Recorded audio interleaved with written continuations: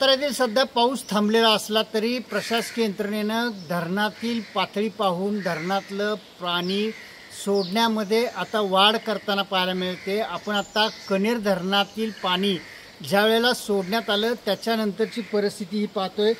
हे दृश्य आहे साताऱ्यातील ज्या ठिकाणी विधी केला जातो, अंत्यविधी केला जातो, त्या अंत्यविधीच्या ठिकाणी आपण सध्या आता आहोत। या माहुली परिसरातील जवळपास 10 अग्निकुंड हे जे आहेत ते पाण्याखाली गेलेले आहेत। अतिशय भयावह परिस्थिती एकंदरीत रात्रीपासून पाहायला मिळते। कनेर धरणातून जवळपास टप्प्याटप्प्यानं पाणी सोडण्याचा जो प्रवाह आहे तो वाढवण्यात आलेला होता। आता रात्री 15,000 क्युसेस पाण्याचा विसर्ग प्रतिसेकंद हा कृष्णा नदी पात्रामध्ये केला जातोय, त्यामुळे ही सगळी परिस्थिती निर्माण झालेली आहे। मात्र या अग्निकुंडानंतर आता इथल्या स्थानिकांना आपण विचारूया की इथल्या गावातल्या लोकांना काय त्याचा फटका आहे का। हे सध्या स्थानिक इथले आहेत, काय सांगाल तुम्ही इथली परिस्थिती, गावाला काय धोका आहे का?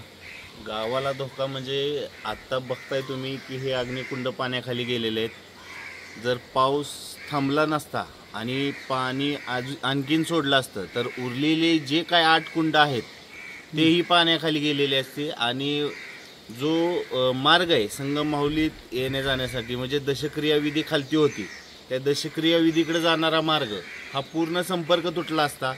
जी खालची काय रहदारी आहे, काही इथं हॉटेल्स आहेत खाली, काही जणांचे गोटे खाली आहेत, तर ते सगळं पशुधन आम्ही आधी हलवून टाकलेलं आहे, पण सगळा संपर्क तुटला असता। आणि साधारणतः वकार असेल, इथली शेणे असतील, शेणे विक्रेते असतील, पूर्ण सगळं विस्कळीत झालं असतं। पण योगायोगाने पाऊस थांबलेला आहे आणि पाणी अजून तर स्थिर आहे, वाढलंही नाही आणि कमी होत नाही।